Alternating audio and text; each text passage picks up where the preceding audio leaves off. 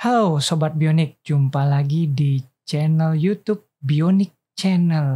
Ya, kali ini kita akan membahas tentang, ya bisa dibilang sih, ini mau apa ya, mau masuk ajaran baru, mau masuk semester baru gitu ya. Jadi kita akan membahas tentang sebuah, ingin masuk fakultas kedokteran. Nah itu dia. Jadi temanya sebenarnya ini adalah tentang fakultas kedokteran ya.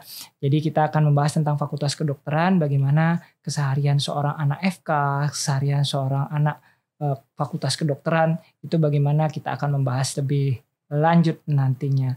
Buat kalian yang baru pertama kali menonton channel ini, jangan lupa like, subscribe, dan tekan tombol loncengnya, karena di Bionik Channel kita akan membahas tentang kesehatan, olahraga, dan gaya hidup.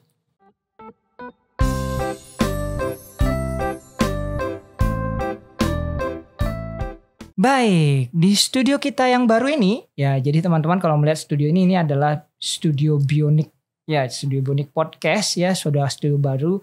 Jadi teman-teman kalau ingin menggunakannya bisa langsung DM admin daripada Bionik Channel ataupun Bionik Podcast ataupun pada Bionik Klinik, silahkan untuk menggunakan studio ini. Dan di studio hari ini sudah hadir seorang mahasiswa kedokteran ya, David. Ya silahkan David. Selamat sore David. Selamat sore Dokter Cho. Ya mungkin David bisa memperkenalkan diri dulu ke Sobat Bionik yang ada di rumah, siapa David dan bagaimana keseharian David, mungkin bisa diceritakan pada teman-teman di rumah. Silahkan. Baik. Jadi halo teman-teman Sobat Bionik. Perkenalkan di sini saya David. Saya adalah seorang mahasiswa kedokteran dari Fakultas Kedokteran Universitas Udayana yang ada di Pulau Bali, dan saat ini saya sedang on the way ke koas. Jadi kemarin baru selesai menyelesaikan skripsi ya. Dan juga baru selesai juga melakukan beberapa penyelesaian ujian blok, dan saat ini sedang mempersiapkan mungkin untuk wisuda nantinya di tahun depan, seperti itu dokter. Jadi sebentar lagi sudah menjadi seorang dokter muda ya, seorang koas ya bisa dibilang. Nah David mungkin bisa diceritakan ini ya, karena teman-teman di rumah pasti kebanyakan yang menonton ada yang ingin masuk FK. Kemudian di rumah juga ini Sobat Bionik ini biasanya usia orang tua, mungkin ada yang menonton yang anaknya ingin masuk FK. Kebanyakan akan seperti itu. Mungkin David bisa ceritakan David, bagaimana sebenarnya awal David ingin mendaftar ke fakultas kedokteran. Mungkin itu yang bisa David ceritakan. Silakan. Oke, baik. Jadi awal mula fakultas kedokteran, saya ketika mendengar kata dokter, itu adalah sesuatu yang sudah muncul dalam benak saya sejak kecil gitu ya. Dari kecil sudah pengen jadi dokter teman-teman.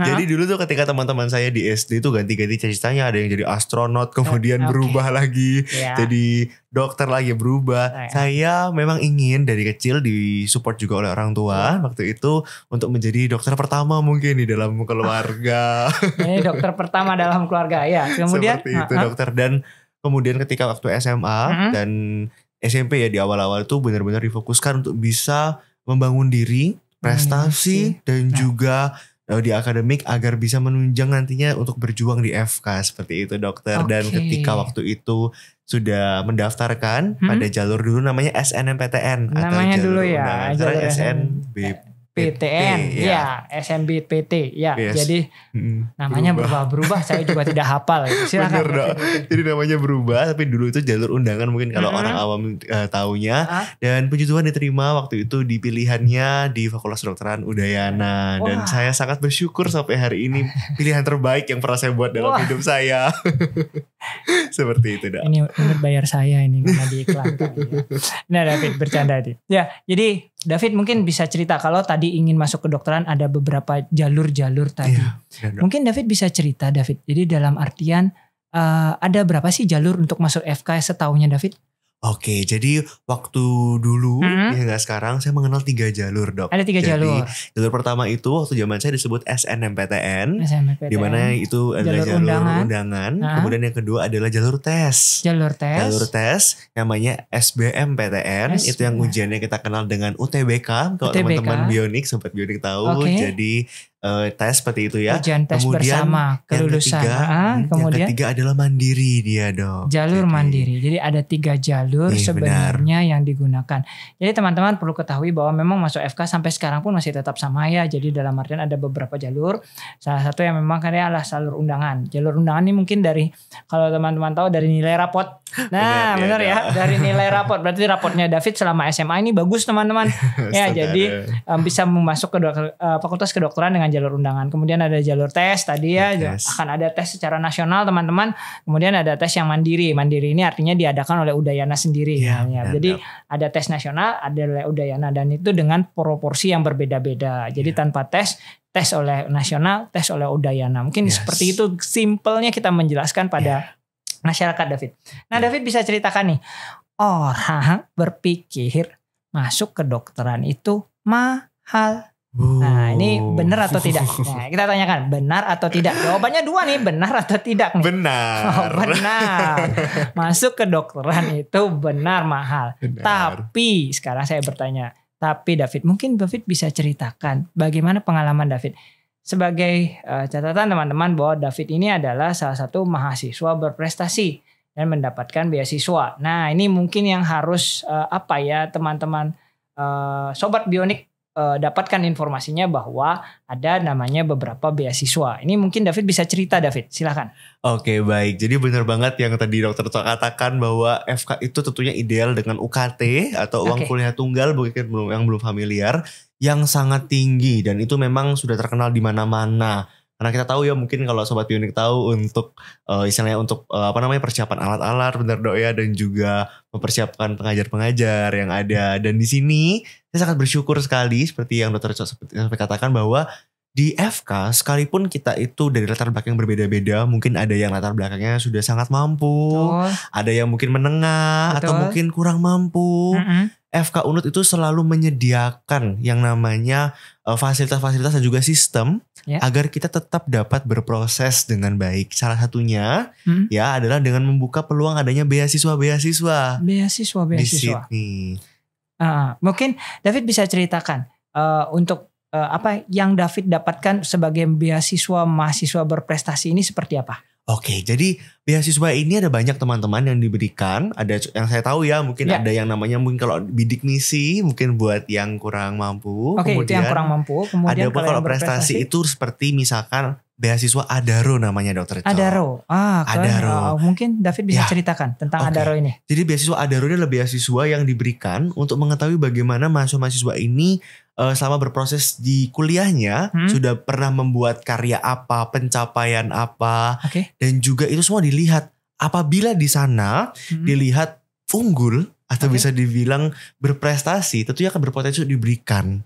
Dan ini yang kemarin kita dapatkan itu adalah berupa uang tunjangan perkuliahan, Dokter Cho. Nah, itu loh. Seperti itu. Itu teman-teman. Jadi kenapa saya mengundang David ke sini sebenarnya adalah untuk memberikan edukasi pada masyarakat awam, bahwa pada Sobat Bionik yang ada di rumah yang nonton channel ini, adalah bahwa masuk Fakultas Kedokteran saat ini bisa melalui jalur beasiswa. Jadi ada beasiswa. Jadi jangan takut untuk masuk kedokteran. Ya, kalau memang mimpinya ingin menjadi dokter dan memang ingin mendapatkan bisa dibilang ilmu yang lebih dari Fakultas Kedokteran, bisa sekali dan masih bisa dengan jalur beasiswa. David, mungkin ceritakan sedikit ini ya. Banyak orang berpikir nih, kayak mainan ini nih mahasiswa FK seperti ini teman-teman gitu ya. Apakah seperti ini? Ternyata penampilannya masih oke, banyak lah itu artian ya. Bisa nggak disampaikan David kepada mungkin orang-orang tua di rumah juga, mungkin orang yang menonton di sini, seperti apa sih keseharian seorang anak Fakultas Kedokteran? Oke, baik Dokter Cho. Saya akan mulai dulu dengan apa yang ada di bayangan saya dulu ketika saya itu belum masuk FK. Saya kira anak FK itu pagi sampai malam itu belajar terus. Jadi saya tuh sudah siap-siap melatih diri sejak SMA untuk terbiasa membagi benar-benar, kalau kita belajar tuh harus benar-benar setiap hari, setiap saat. Karena saya takut tuh sebagai sebuah momok, dokter, seperti itu. Nah, ketika saya masuk, pertama-tama saya tuh dikagetkan karena ternyata kok banyak sekali kaderisasi organisasinya seperti itu. Betul. Saya heran, apakah ini relate dengan kehidupan seorang dokter nantinya di masa depan seperti itu. Dan ternyata setelah saya masuk ke FK itu sendiri, saya menyadari bahwa belajar bukanlah satu-satunya kegiatan mahasiswa FK, tapi salah satunya belajar. Salah duanya apa ini? Salah duanya. Ada juga kegiatan-kegiatan yang seperti tadi ada organisasi, kemudian pengabdian Tridharma Perguruan Tinggi. Iya, pengabdian. Seperti itu. Penelitian, benar sekali dokter. Jadi ternyata belajar itu kita tidak boleh menutup mata hanya fokus belajar dan melupakan yang lain. Seperti itu dokter. Mungkin itu ya teman-teman ya. Jadi dalam artian pada saat kalian masuk ke FK itu ada selain ada pelajaran, salah satunya belajar ya pastinya. Tapi ada kita berorganisasi, kita kemudian memberikan pengabdian masyarakat kepada masyarakat. Mungkin ya nanti teman-teman bisa memilih di mana hobinya, kemana inginnya, mungkin bisa memilih nantinya ke belakangnya. Nah David, ini satu lagi yang mungkin orang dari Sobat Bionik perlu ketahui bahwa bagaimana sebenarnya sistem ujian di FK. Nah ini sering ditanyakan. Nanti di FK ujiannya kayak apa gitu? Dimarah-marah enggak? Nah silakan. Baik, terima kasih dokter Cak. Jadi ujian di FK tentunya berbeda sekali ya dok ya dengan di SMA. Banyak penyesuaian yang terjadi. Jadi saya bisa bagi kalau yang saya alami saat ini ada 2 macam ujian. Ujian pertama itu menguji teori. Itu melalui CBT atau Computer Based Test. Nah, yang kedua itu adalah menguji skill. Dan juga kita bagaimana praktek seorang dokter itu melalui OSCE atau OSCE. Ada OSCE. Jadi penilaiannya untuk menilai skill itu ada OSCE. Kemudian jadi ada beberapa ujian pastinya dan tipenya berbeda sekali. Ada yang menggunakan komputer, ada yang ujian praktek seperti itu ya. Benar banget. Oke, ya mungkin itu gambaran teman-teman. Jadi kalau teman-teman ingin masuk FK ada ujiannya ada 2, teorik dan praktek. Jadi harus dipersiapkan dua-duanya dengan baik dan benar gitu ya David ya. Nah David, selama ini pertanyaan yang sering diajukan oleh orang tua yang fakultas kedokteran.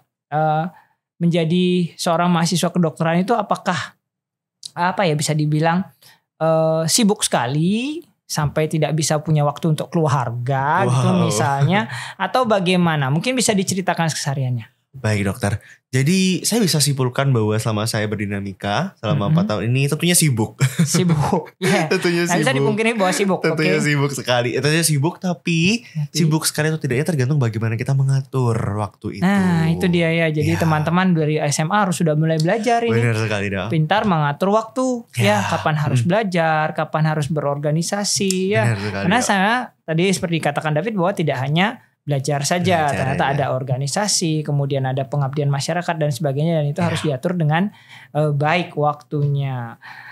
Iya, David mungkin bisa David berikan ini terakhir mungkin David pesan dan pesan-pesan mungkin bagi teman-teman di sana yang ingin masuk ke perguruan tinggi terutama ke fakultas kedokteran.